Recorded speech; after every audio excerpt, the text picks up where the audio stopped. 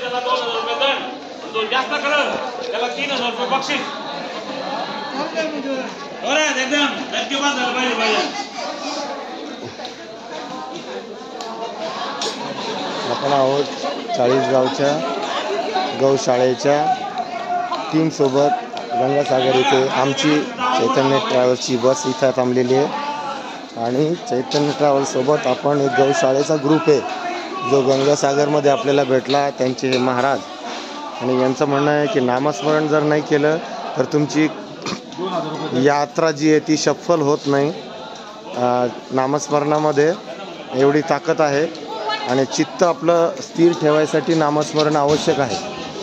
तर असा हा धार्मिक संतांचा दिलेला संदेश घेऊन हे सगळे भाविक इथं आलेले आहेत आणि हे सगळे आपले जेवायला बसलेले आहेत आणि याच्यामध्ये हे सगळे भजन घेत आहेत आणि सगळे हे इथं बसलेले आहेत.